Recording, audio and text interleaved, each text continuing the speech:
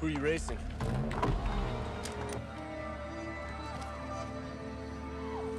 Jesse, don't do it. I bet you he's got more than 100 grand under the hood of that car. Uh-huh.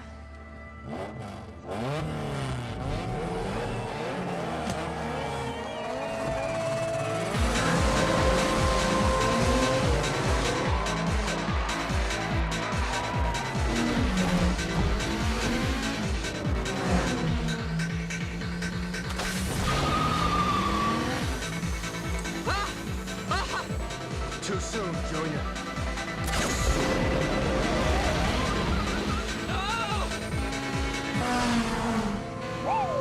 Shit! Oh, God!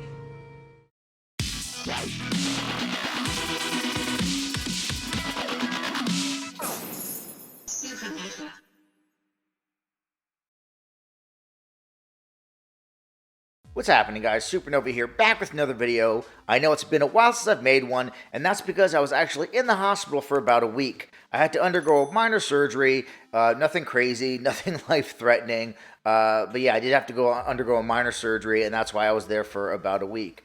Unfortunately, for those of you who don't know, I suffered a spinal cord injury in 2014, and I am actually a paraplegic. And on top of paraplegia, because of the spinal cord injury, I also suffer from a whole list of other medical issues that can from time to time land me in the hospital. And that's what happened this time. But I'm back, and there's actually been a lot of information that's come out about the PlayStation 5 while I've been gone. Some of it good, some of it not so good, and some of it that's been grotesquely twisted into a narrative that is just 100% factually inaccurate. And that's actually where I want to start. And this is revolving the SSD and the PlayStation 5. Because there is this current narrative being thrown around by, you guessed it, Xbox fanboys. Because if it's a negative narrative about PlayStation, it's going to be thrown around by the Xbox fanboys and vice versa. But the Xbox fanboys are throwing around this narrative that the PlayStation 5's SSD is actually slower than the SSD in the Xbox Series X. And this is 100% factually inaccurate. That is to say, it is 100% bullshit. It's bullshit. 100% bullshit. But let me help you understand why this narrative exists, why these Xbox fanboys are saying this.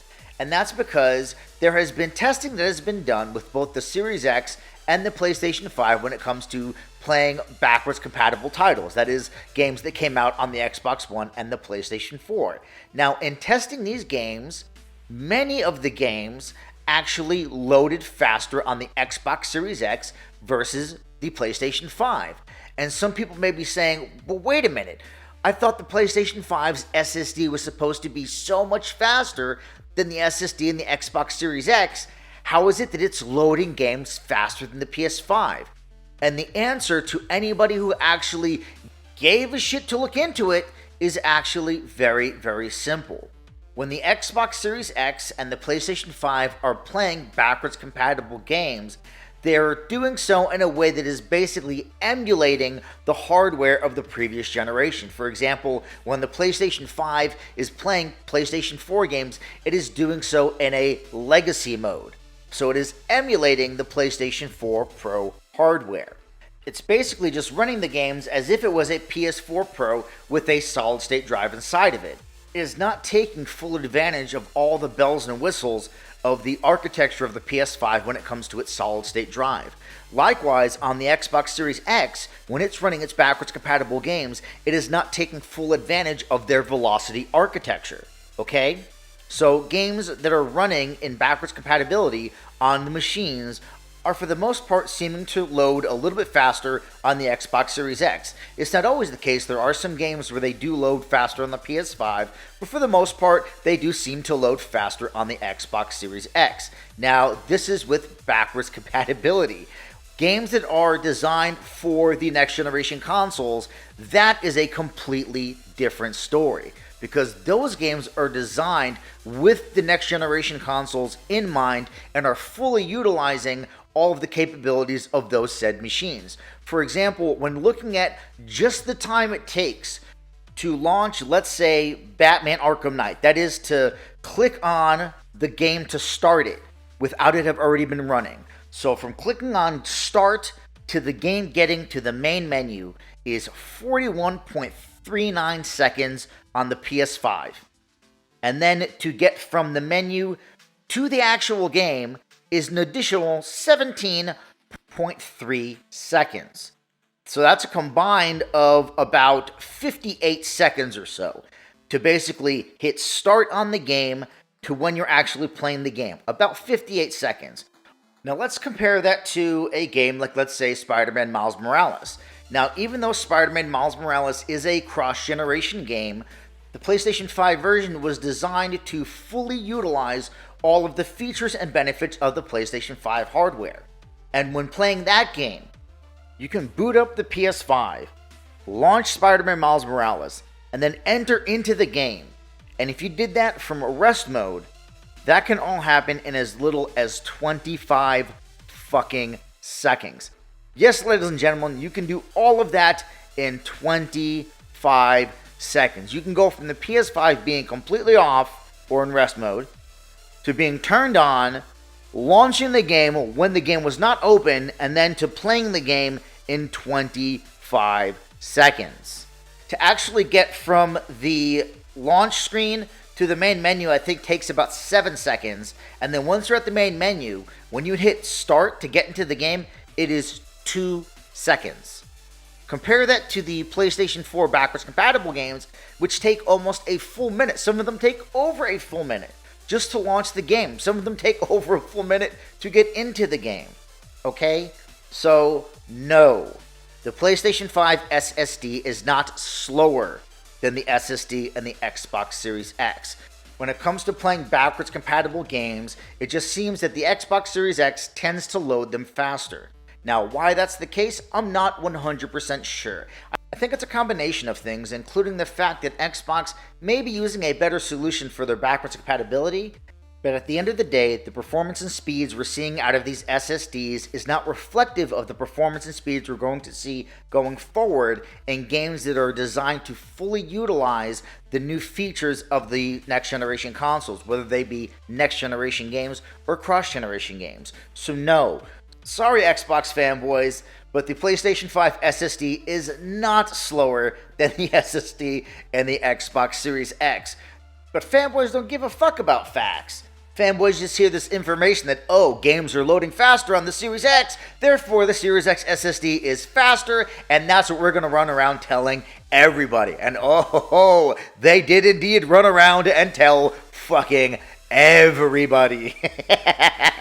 They were all over Twitter bragging about how the PS5 SSD is dead on arrival. It's dead. Oh, you ponies are so sad. PlayStation lied to you. Oh, you poor sad ponies. Oh, believing PlayStation's bullshit about the SSD. Oh, the weak Station 5 is dead. And all this other bullshit. It was both comical and infuriating to behold. Comical because I knew these dumb motherfuckers were running around saying shit that had already been proven to be false. And infuriating because I knew these dumb motherfuckers were running around saying shit that had already been proven to be false. So yeah, long story short, no. Even though when playing backwards compatible games, the Series X does tend to load them faster, that does not mean that the Series X SSD is faster than the PlayStation 5's, and anyone running around still saying that is a fucking asshole.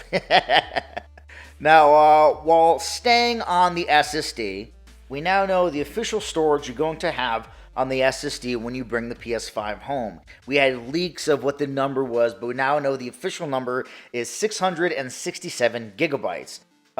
This news is not fantastic, especially if you have the digital-only edition of the PlayStation 5, because 667 gigabytes is not a ridiculous amount of space. There were some people trying to act like this was like, oh my god, the end of the world when we found out the official number, even though I don't know what they were expecting.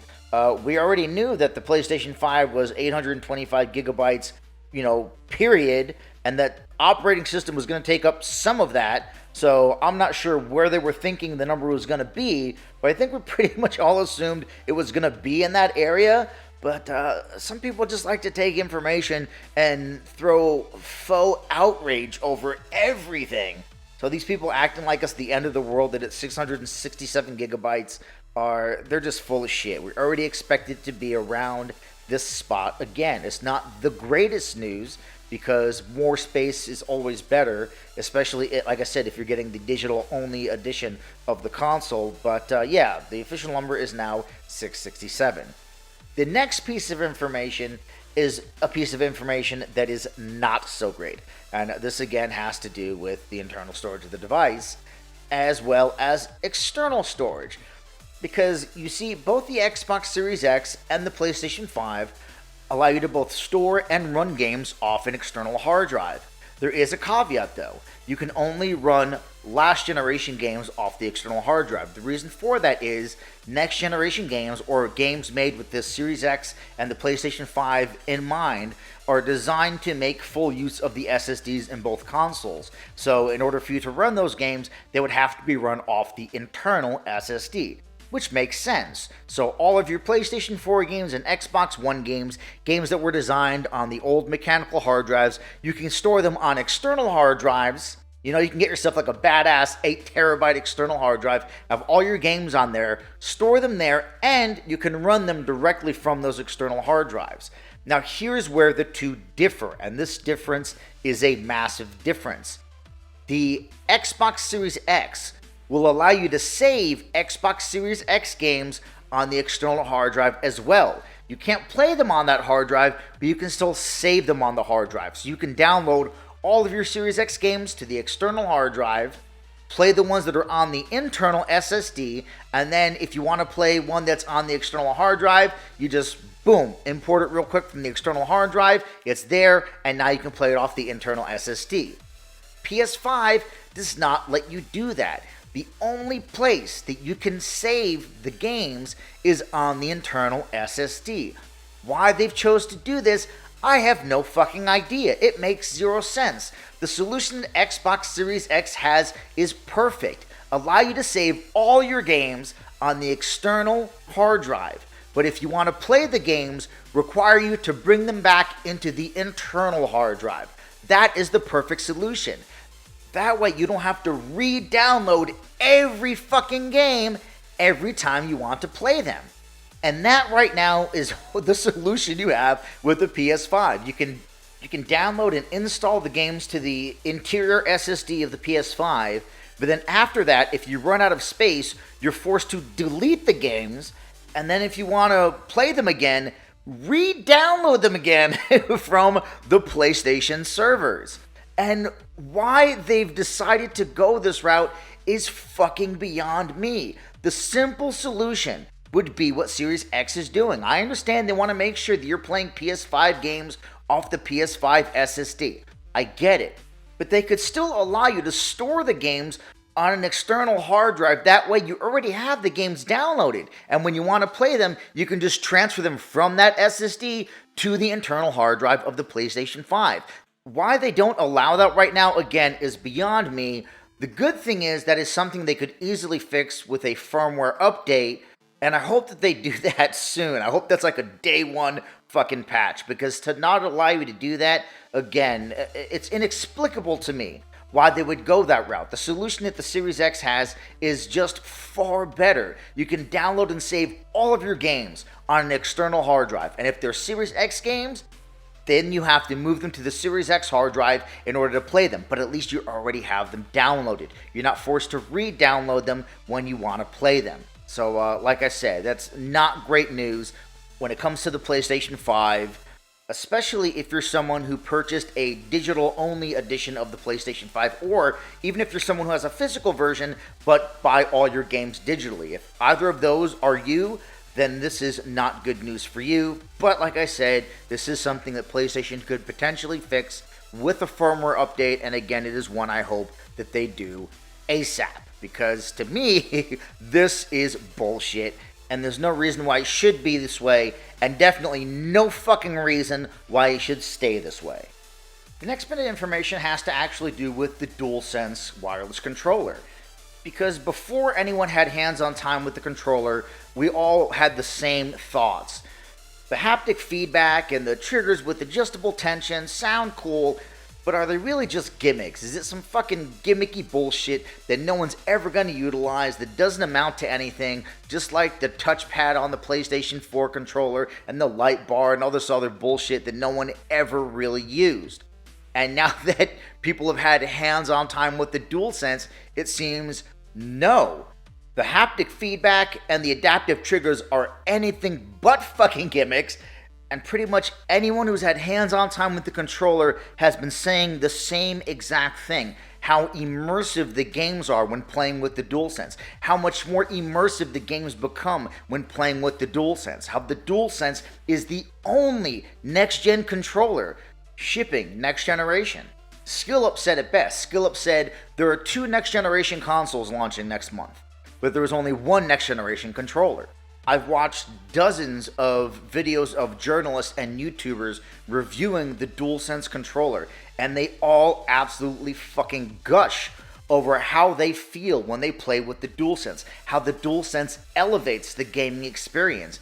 And it's really hard, I'm going to be honest, it's really hard for me not to get excited at what this possibly is going to feel like when I'm able to get my own hands on it because of how hyped they get.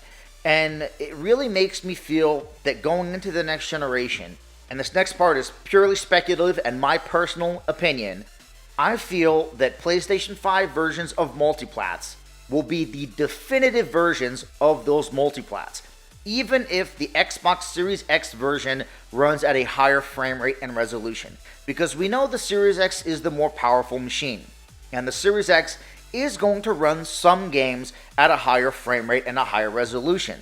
Whether that difference is noticeable, that's another story. But I believe that even if Series X runs certain multiplats at a higher frame rate and resolution, because of how much more immersive those games will be on the PlayStation 5 due to the DualSense, of course, assuming that developers continue to support those features, because that's the big if, right? Developers could decide to continue to support the haptic feedbacks and the adaptive triggers, or third-party developers could say, fuck those features, we don't care. But if, and again, it is a big if, but if developers do continue to support the haptic feedback and adaptive triggers in the DualSense, I do believe that that would make the PlayStation 5 versions of multi-platform games the definitive versions, even if they run at a lower frame rate and resolution than the Series X. Again, just my personal opinion. There's no information or data to back that up. That's just my personal opinion. If you feel otherwise, hey, great. Let's have a conversation about it in the comments, but that's really my personal opinion. I think that DualSense is going to be that impactful and make that much of a difference if what I'm being told by these journalists and YouTubers is to be believed.